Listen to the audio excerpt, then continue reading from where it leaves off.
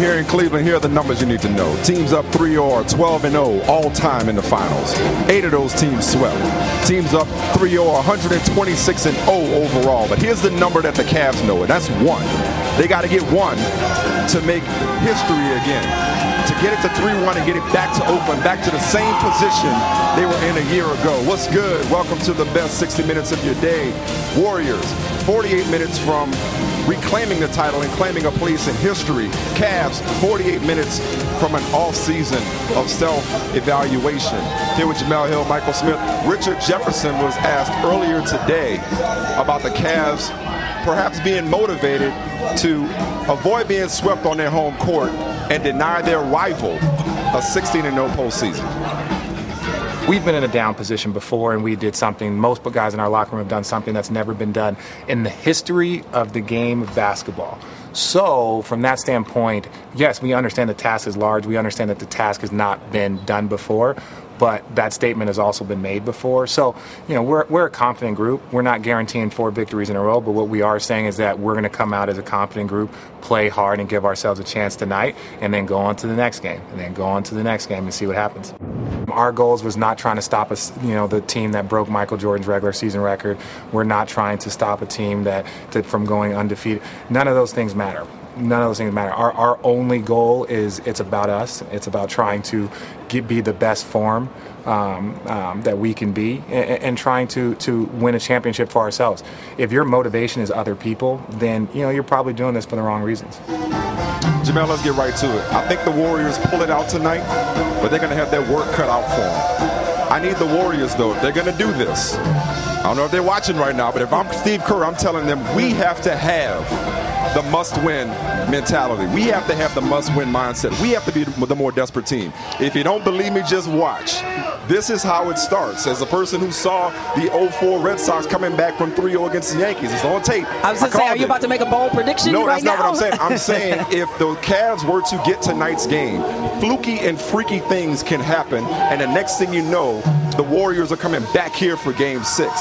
They got to know, close it out tonight. You don't want to see any more of LeBron James and Kyrie Irving than you absolutely have to. The Cavs are not going to go quietly. And if you're the Warriors, not only do you have an opportunity to go 16-0, to sweep your arch rival, avenge last year's finish, you got immortality right there. Take it. It's yours. Right. Like, they have got to come out like their backs are against the wall and their season on the line. Don't play this game like you got 4 to get 1. No, I don't think they will, because Draymond, Steph, they've all, last year to them is so fresh. That's on repeat in their mind constantly. That's why I expect them to send the Cavs on vacation tonight. And look, Richard Jefferson, I understand why he would say that the Cavs are super relaxed, because he's probably trying to flip the mentality and say more pressure's on them to close us out. Okay, we just have to get 1. And I get that. And for a veteran team and a veteran like himself, I expect them to set that tone. But here's what I think will happen. I think the Cleveland will come out with an initial burst, and much like didn't happen in Game 3, where I was concerned, and I said this to you because we were sitting right next to each other. I looked at what the score was in the first quarter. I can't remember what it was, but it was close, and I said that's a bad sign for Cleveland. Right, as well as they were playing. Because they were playing them too close, and I think what will happen is, because they are aware of the enormity of the challenge, they know this is not last year's Golden State Warriors. I think that's going to settle in, and I think through degrees, as the game goes on, you will see them.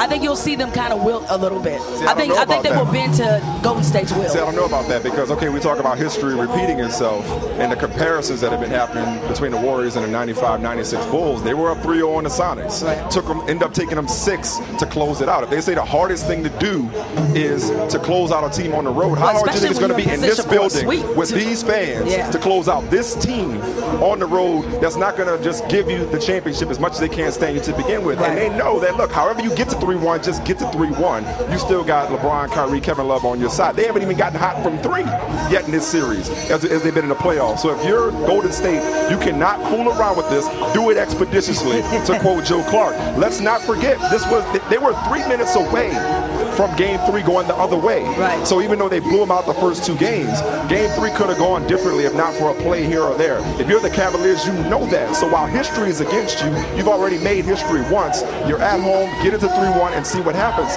Because you blink and this thing is coming back here for Game 6. You know what? I don't think it will. I think it's over tonight. And I don't think they win in Game 5 because Draymond's not suspended this time. At least not yet. But it can happen. Stranger things have happened. It can, and I think the Warriors are so aware of that. I really honestly would not be surprised if tonight turned into a blowout. All right, well, let's keep on with that sweeping implications, if you will. Let's say the Warriors do finish off the Cavs tonight. They'll be the first team in history to go undefeated in the playoffs, but the fact that they will have swept a LeBron James finals team, to me, that's really meaningful. In fact, Mike, I'm wondering, is it so meaningful that sweeping the Cavs this year will make up for losing 3-1 last year? I think it more than makes up for losing 3-1 because while the Cavs may have made history at Golden State's expense, especially if what you're saying comes true tonight and it's another blowout, the Warriors will have made the defending champs look vastly inferior, and that's more embarrassing. So we always talk about credit versus blame. Like, if the result is 100%, there's only so much to go around. The more you blame the other party, the less credit you're giving yourselves.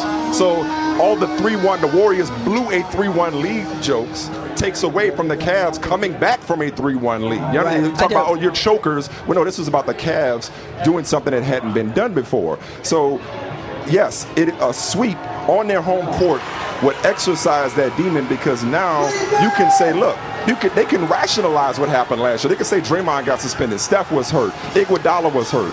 Whereas this year they can say we outclassed you. In their minds, they think they were the better team last year, but they gave it away.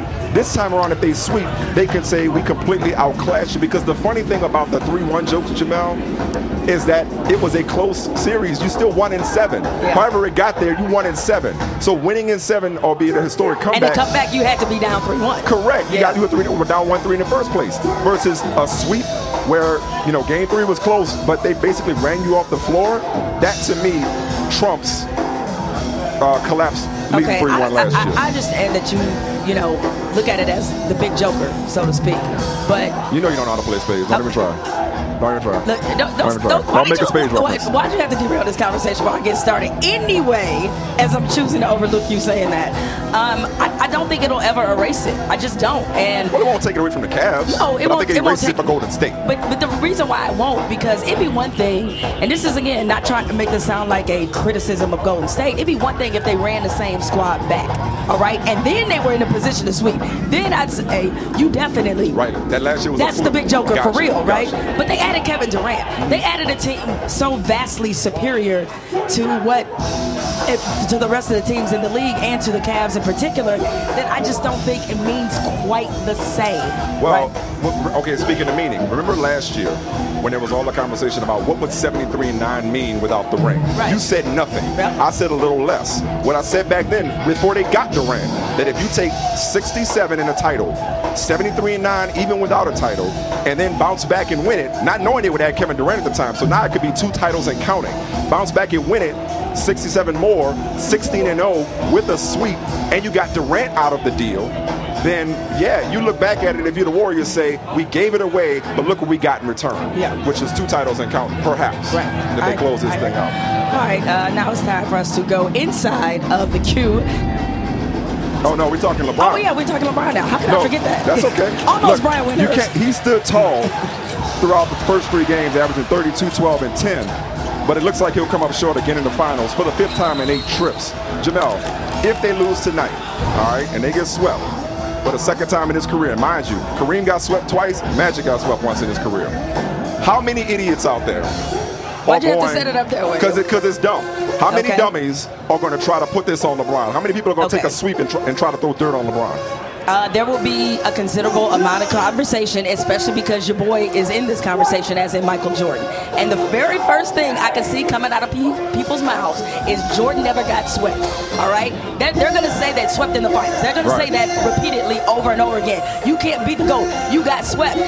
Jordan also didn't take these teams, some of the teams that LeBron has taken to the finals. He never faced the kind of competition. Yes. And I realize that, and that's the rational part of my mind. But I'm not going to lie. There is a part of me deep down in a place I don't really want to acknowledge or talk about. I'm thinking to myself, you LeBron James. You're the greatest player in the world. You can't get one. Can't get one. Playboy, not one game. I just gotta wonder, you know? Like, you think you a good space player. You can't go bored, Mike. You can't go bored. Why don't you stick to what you know and stop bringing up spades? You can't go bored. Because you're constantly underbidding. And you can, look, the most dynamite spades player on earth gotta be able to get bored. Not if you got a handful of red.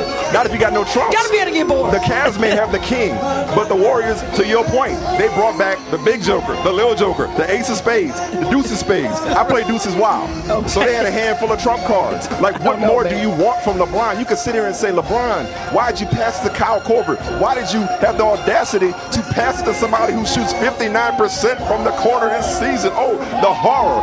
What more do you want from a person who, when he's on the court, they win game 3 by 7. When he's off the court in 2 minutes, he can't even catch his breath, and they give up the 12 points and therefore lose by 5. That stat should absolve him of everything. Plus 7 on the court in game 3 in 46 minutes. I got you. Minus 12 off the court in 2 minutes. Not to mention averaging a triple-double. You know he's going to put up 30 tonight. This is not the LeBron from 2011 where he shied away from the moment. What more can he possibly do? If you wanted to blame him, he would have to be coming up small. They're coming up short, but he's not coming up small. I don't want to go so far as to say it's a stain on his legacy. It's not like that. But I do think, especially considering, I believe their win probability at one point in game 3 was over 90% for the Cavs. That is right. 98%. 90. It was 90. It was that high. So again, you're the best player in the world, and that comes with different responsibilities. That's just the way life is. Okay, spades player, you just played Joe Jack of spades. Let me trump you real quick. In game 3, LeBron's teammate shot 9 of 24 off his passes. So that's on him. So again, when he's winning these finals, give me that book. When he's winning these finals, who are we crediting? LeBron James. So we can't go to the teammate thing and say, oh well. No, we should always go to the teammate thing. Don't get me started on rings. No, I don't play it that way. Right. That's not the rules we play. I don't play those rules. Okay. I don't judge everybody on rings. Y'all from New Orleans. You from New Orleans. I know you make up your own spades rules too. So all right, now Brian Windhorst. I'm so excited to talk to you that I brought you in a little bit too early, but you're there for us now inside of the queue, of course. Much quieter in there. Yeah, it looks a little quieter. Brian, since you were around this team, obviously last year when they were down 3-1, how do you compare the mood that they're in right now versus last year when they were facing an equally daunting challenge? When they were down 3-1 going out west last year, they were really a defiant team. LeBron sent a text message to the entire team at 3 a.m.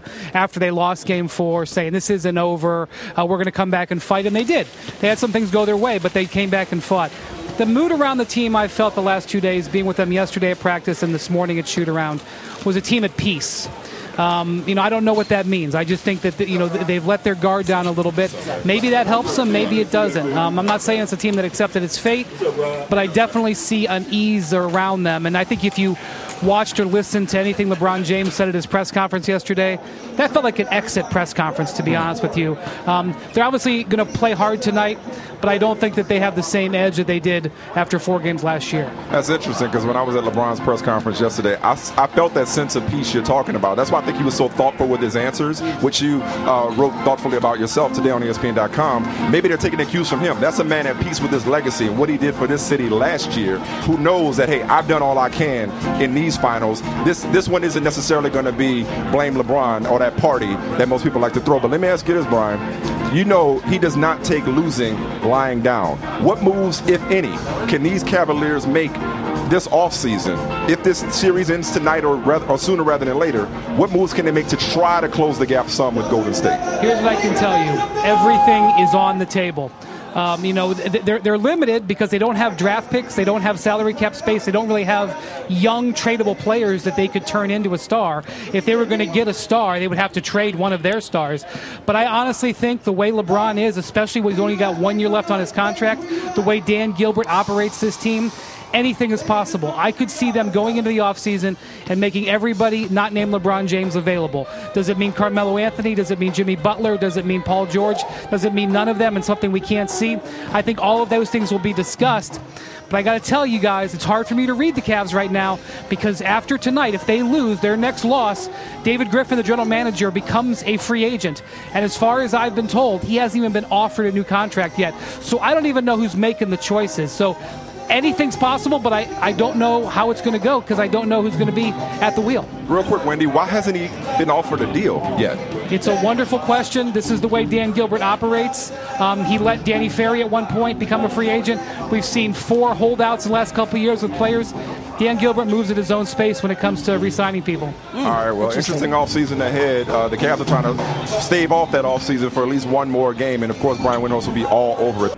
You know what the right combination is, Mike? What's that? The Olympics and 3-on-3. The International Olympic Committee officially announced today that there will be 3-on-3 hoops added to the 2020 Tokyo Olympics. I'm so hyped about this. Why is that? Because can you imagine, like, some of the NBA guys who probably can't make the 5-on-5 team? They ain't playing in this? Why not? So, okay. You mean all-stars that are going to go to this? Like, what level of NBA guy are we talking about? I'm thinking end-of-the-bench guys at best. What? Not to mention, why we got to send NBA guys to win a 3-on-3 tournament? Let your regular old average Joes and Purple Cobras, gym people go and compete in Don't this. disrespect the 3-on-3 like that. 3-on-3. Are there certain combinations you want to see? Who you want to go? Like, Who you want to see? What if you could see, I don't know, Dame Lillard and... Why would Damian Lillard Dame do that? Lillard and somebody. Oh, my goodness. You're reaching.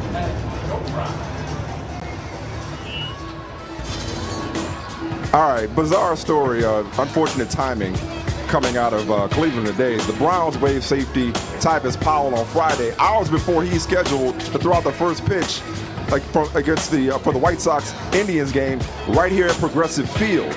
Now, the Browns, they didn't know he was scheduled to throw out the first pitch until after the roster move was made. That's what the team spokesman told Cleveland.com. Powell's a native of Bedford, Ohio, played at Ohio State. Oh, man. He took it all in stride, saying, hey, when obstacles arise, you change your direction to reach your goal. Do not change your decision to get there. But he's going to miss our man Francisco Lindor doing his thing for the Indians, and we got a chance to kick it with him early this afternoon. 12 home runs already this year after 15 all of last year.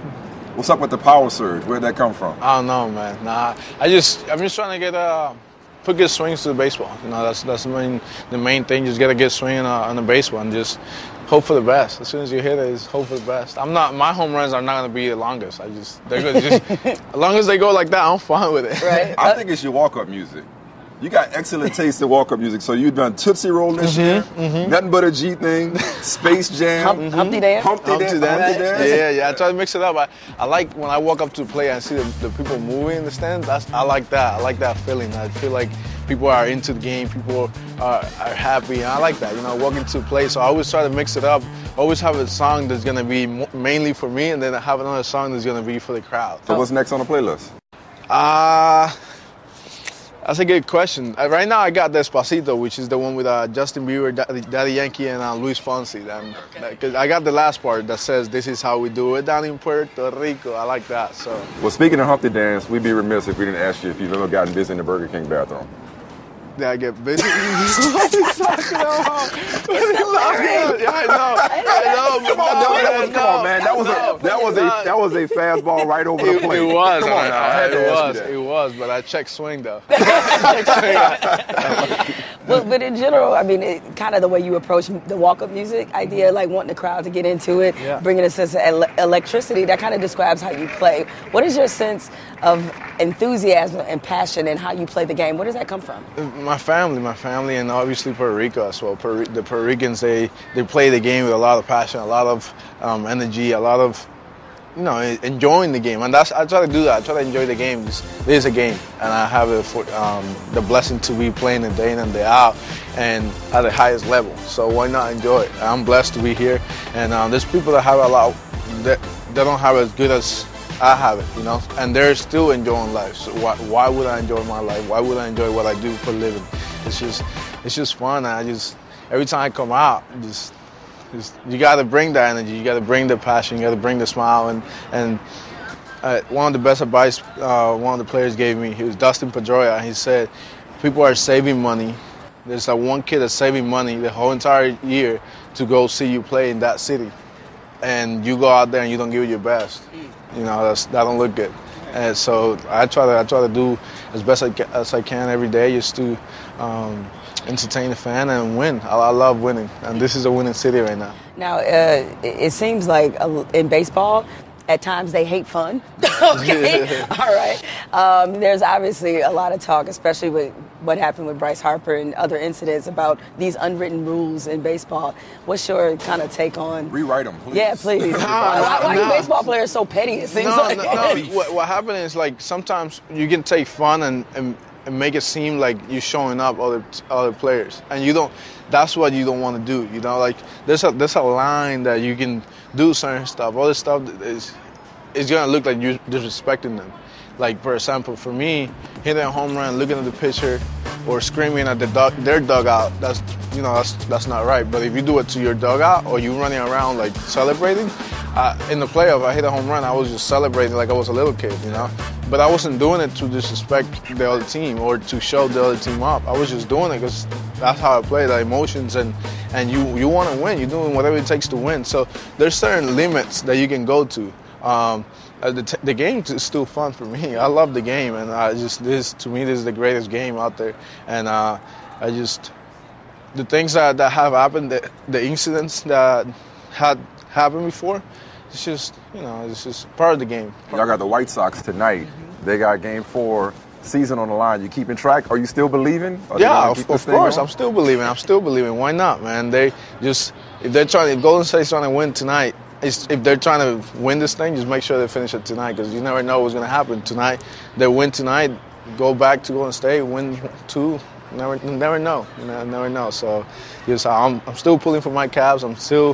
I'll be playing, but as soon as our game is over, we all focus on that. So it's going to be fun. All right, man. We appreciate the time. Thank you for See you in the All-Star game. Leading vote. God willing. All right. Appreciate it. Sidney Crosby was all one in more ways than one. 3 assists last night in the Pen, 6-0 win over the Preds. Tied for the second largest shutout in the Stanley Cup final game since 1927, by the way. So he had 3 assists. 6 different cats scored goals for the Penguins. But obviously the scene everybody's talking about is him assisting PK Subban when introducing his head to the ice. Yeah, and look, both got minors. And then he also threw a water bottle in this game as well. Right. And he said he told the official that it was unintentional. Either way, if that's anybody, imagine if that situation were reversed and Subban was doing that to Sidney Crosby. We already know what time that would be. So I don't even understand how they got offsetting minors to begin with. Penguins are 4-0 in their history on the road with a chance to close out. You think they do it in Nashville? Nashville stuff at home. I think this goes 7. I think this goes 7 too. Yeah, I agree. Our boy Mark Steins has some very interesting tweets. He said that the Jazz, they're not only worried about Boston possibly luring away Gordon Hayward, but also the Miami Heat. Everybody equally should be worried concerned. about every free agent in the Miami Heat. With Pat Riley's recruiting you, that's something for you to be concerned about. You got the weather, you got the culture, you got the tradition, you got no state income tax. So going back to what we were talking about earlier with LeBron needing to make moves, everybody else isn't standing pat. You put him with Whiteside and Justice Winslow and Goran Dragic. That's a nice little squad right there. I still love him in Boston as well, but that's a tough choice if you're Gordon Hayward about which one would be a better fit for you, because as you said, great organization in the Heat. Yep. All right, my man Sheen. Great organization, right? Became the latest old head to say that this championship team would whoop the Warriors. He told Taylor Brooks on her Timeout podcast that the 04 Pistons would, quote, run through them, because the Pistons obviously one of the best defensive teams in history. So you obviously agree with this, because you got to put off with Detroit. It's Detroit versus everybody. I would say they would run them, but this idea, because a lot of people have been saying, the 04 Pistons would get swept by the Warriors. Excuse me? Oh, no. So what's the cutoff? No. Like, at what point do we get to a team that is not allowed to say they could beat the Warriors? It's like, everybody's coming out everywhere. Yeah, if you had a championship team, that's what you think. Speaking of what they think, Steph and Steve Kerr had thoughts on this. Just kind of the hypothetical game is never one I've played, and never one I don't want to be in that situation where you're having to argue that. So you can obviously have those barbershop type debates of just who's better, who's what, ranking all-time greats and teams and things like that, which is fun in certain settings. But at the end of the day, you can't discredit what a certain team's doing based on trying to compare them to a team in the past, because you really can't. You're not gonna suit up and play. There's no way to simulate that situation, whatever. If they're all right, they would all kill us. the game gets worse as time goes on. It's hard to watch, right? Players are less talented than they used to be. The guys in the 50s would have destroyed everybody. It's weird how human evolution is sort of like goes in reverse in sports. You know, players get weaker, smaller, less skilled. I can't explain it. Speaking of evolution, I know somebody continuing to evolve. Vince Carter joining us. Vince, 40 years old, still hooping. So look, I'm an old head. You're an old head officially. Right. So speak what's going on with these old heads constantly coming for the Warriors, talking about they're gonna beat them or could beat them. I guess because we hear so much about what they're accomplishing and this, that, and the fourth, and they haven't done it yet.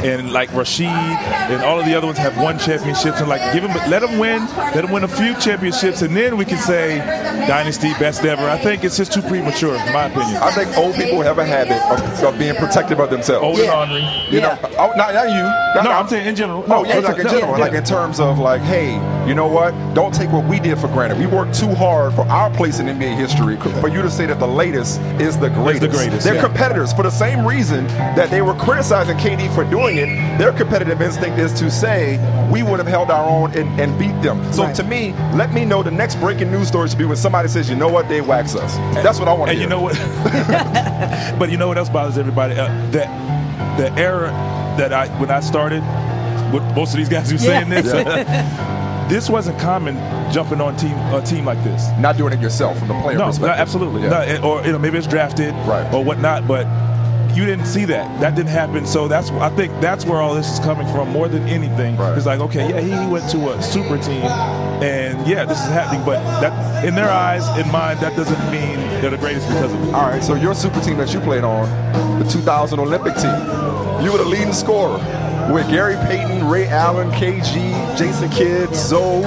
So Allen Houston. He was balling. So, Warriors or that squad? Would y'all sweep them? I don't think nobody's going to sweep this team just because they're so unselfish, and I think that's the one thing about it. You answer that all seriously. Like, yes, this is that Frederick Weiss year. We still trying to get the Frederick Weiss video, but they won't let us be great. They won't let us be great. They want us to be great. They're keeping that. I can barely get it. You can't. I can barely get it. But it's tough. I'm in a great competition. I can't answer that. No? Can't answer that? Not going to do it? All right. They're good. All right, well, let's look ahead to tonight. What are you looking for in this game you think the Warriors going to close this out? For me, the first 6 minutes are the most important. And I'm talking about for the Cavaliers because if they don't hit first and the Warriors get to running around, three-point shooting, JaVale McGee dunking on them down the paint, stuff like that, it's a wrap. And they're going to take the air out of this building immediately. And they're going to try so hard to keep up. Second half, you see LeBron just running out of gas. And naturally, you try to play catch up. You know how great this team is and how great they shoot. You're just trying to stay close. All the time, when you're playing against a team like this, give yourself a chance to win in the fourth quarter. That's what they're trying to do. And it's not working. Game 3. Game 3 was the opportunity. In the first 6 minutes, it's going to tell the story of tonight and what's going to happen. That's why I was saying the Warriors have to come out with the must-win desperation mindset and mentality. So it's not to let this series get cute. I want to go back to the super team conversation, though, because, okay, with all due respect to your teammates that you played with, you were never able to get to this point, the NBA Finals. So my question, you were close. If you, again, with all due respect to your teammates, if you could go back and it was acceptable like it is now, becoming acceptable to jump teams and this, that, and the other and take your career into your own hands, would you have linked up with the Lakers or the Spurs? Who would you have joined up with if you could? It's so hard to say because it wasn't common. That was never thought about. You know, I never thought of that. So free agency, it's just like I'm either going to go back or whatever. You know, it's like I'm going to go join that super team. No, but like when T-Mac left, I wasn't going to say, okay, we're going to try to go back. No, now he wanted to beat me. I wanted to beat him. We wanted to beat Kobe. We wanted to beat Ray, of course, because that's my division. We wanted to beat these guys to get to the finals. I wanted to beat AI. That was an epic battle against him. Like, I couldn't imagine joining the Sixers because I wanted to beat him. And I had to respond. When he scored that 54, I wanted to go back and score 50, just for my team and win. So it's just... And you had some really good teams just weren't able to get to that point. But if you want, let Jemele tell it. You could form a super team. Form a super 3-on-3 team because the Olympics just added 3-on-3 basketball. You're not hype, Vince. Come on. You're gonna have a 3-on-3 tournament in the Olympics, and you're gonna have The 5-on-5 as The well? more basketball never stops. Will NBA players do this 3-on-3? Do you think NBA I don't players? think your better players will. I think some of your The players that can't obviously make the who big wouldn't Olympic normally team. get a call or like Mike Miller said, maybe some of the guys who didn't make the team or the Olympic team play. But I mean, yes, Olympic, it's a gold medal. I don't care what you say. You hold it. I'm very That's proud a of big mine. accomplishment. Regardless, so it's just, does it hold weight in the beginning? Yes, it's like I said, it's a medal, but 3-on-3. Look, That's like taking us back to Hoop It Up. Look, you and Zebo, y'all go get somebody else. Y'all will be an awesome Dynamite 3-on-3. I'm good. Exactly. And Mike Conley. There you go. I'm good. All right, man. We appreciate you falling through. Man, thanks for having me. Yes. Anytime. It's raining out here, but this is it right here. If the Cavs have their way, we may be having you back to talk more of this series I'm all continues. for it, man. Because this crowd out here. And Look, I would love to come back for the simple fact of the hype built around this.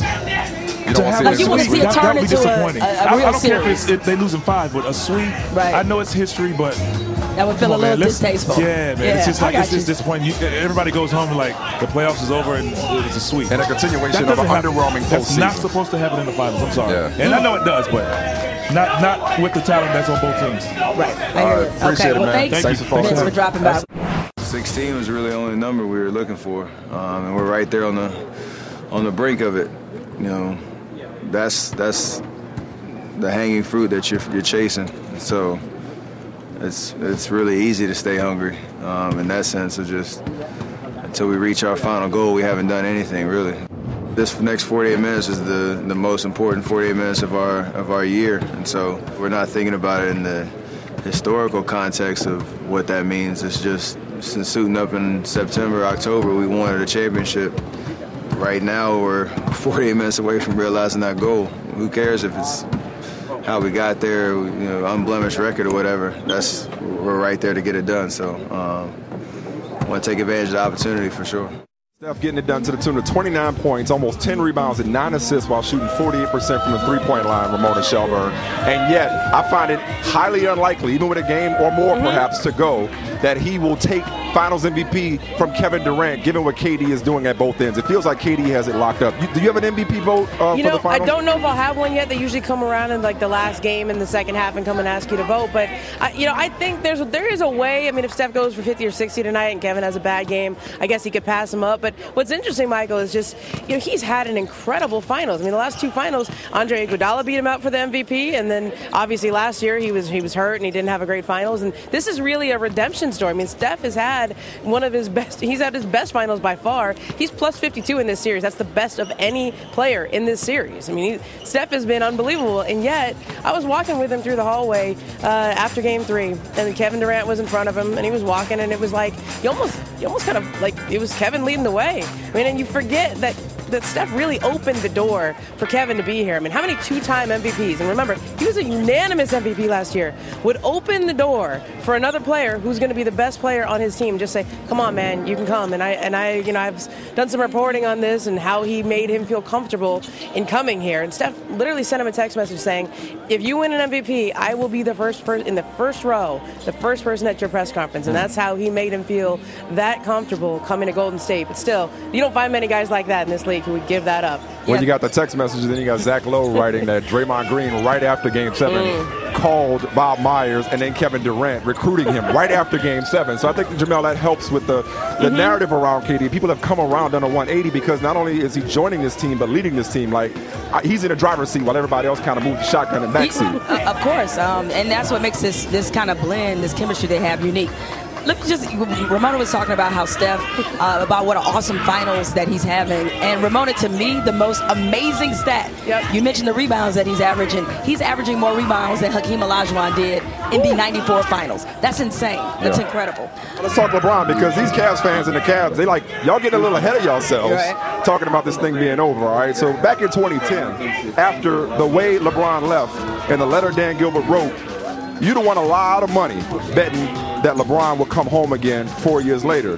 So we should have learned our lesson about saying never. Never say never. But we all know that LeBron also does not take losing lying down. So if you think he'd never leave again.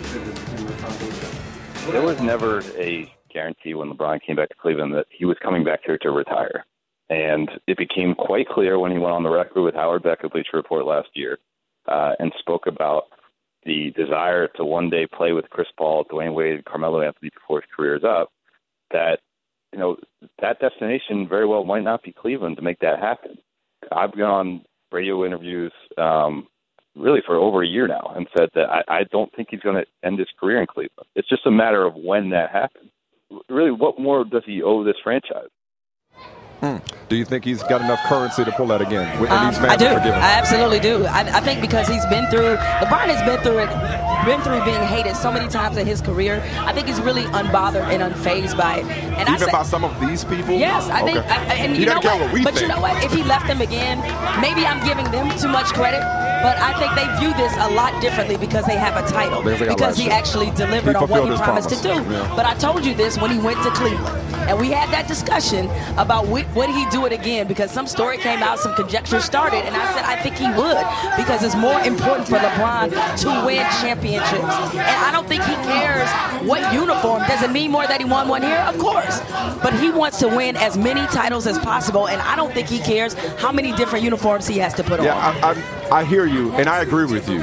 I guess I just still find it hard to believe. But again, I couldn't imagine. I'll never forget being on television saying there's no way he goes back to Dan Gilbert, and then in commercial break, we get a message saying Lee Jenkins just dropped a story on SI. He's going back. I'm like, well, damn. That escalated quickly. Right. So in this situation, and speaking of Dan Gilbert, you had on Uninterrupted, the Bleacher Report project with LeBron James, talking about how his mother was like, no way you're going back. Well, if you do go back, I'm not going with you, after what Dan Gilbert said about him in that letter. But LeBron said, this is bigger than me. This is about something beyond. This is about inspiration. This is about his community. And that legacy will continue. And that's here. still there, though. He has so much invested here. And so, yes, I'm with you on if the Cavs are hamstrung by their payroll or their ability to put a team that can contend with the Warriors around him, he's going to have a wandering eye. Can he do that again? Can he say goodbye to his home again, given how much it supposedly meant to him beyond basketball coming back? But the things that he had beyond basketball, the scholarships, all those things, still can do it. The foundation he has, they're all still here. Yeah. So I think he feels like their legacy is, his Where legacy does he go, is still though? set. Where does he go? Because everybody's throwing around, who does he bring in if he can? Throwing around Paul George, throwing around all these different, whether CP3's on the older side, the Clippers had their own issues. Carmelo, Anthony, it's like, it just feels like this may be checkmate. We've been talking about what LeBron would do after he lost his finals, if and when he lost it, since game one. We've been talking about this for a week. And now you listen to the possibilities or lack thereof, it makes you wonder, is there anything he can do? Going out west only means you lose to the Warriors in the conference finals. So is there anything he can do to truly close the gap on a team that pulled out the boss chess move? I don't know. All right, it's that time to call it a day on the 6th. Tell the people you had a good day, Jamel. Well, Bubba Wallace Jr. is going to have a good day on Sunday. He'll become the first African-American driver in the NASCAR Cup Series in 11 years. Some important history there being made. He said that he wants to embrace being a role model and maybe getting more African-Americans involved in NASCAR. So I think this is going to be a great thing. It's going to be a good night tonight, because you know what's coming out tonight? The first trailer for Black Panther starring Chadwick Boseman. We got the poster today. Oh, look at that. I'm so hyped. Look at that poster. We got the poster. So, I'm all in on this. Yeah, I can't wait for the trailer. So we have a great game tonight and that trailer. You think we'd have some pull around here that they would give us the trailer? Y'all couldn't hand us the trailer early? No, maybe they don't love us as much as we think. Last chance. Is it over tonight? It's over tonight. What happens tonight? And you said blowout? I think it's going to be a blowout. Cavs are going to be making some vacation plans. All right. I might get a close game. Yeah. You just hoping for that, right? All right. Well, that's it for us. We will see you next week. Who knows from where? You're listening to Love Advice with Leanne. Caller, you're on the air. Hi, Leanne. Longtime listener, first-time caller. Why, in your professional opinion, do you never take my calls off the air? Is this Carl? Yep, it's Carl. I mean, we had a few dates. Everything was great. I thought, Well, when you switch to Geico, you could save a lot of money on car insurance. Okay, awesome. You should call them. I will. Geico, because saving 15% or more on car insurance is always a great answer.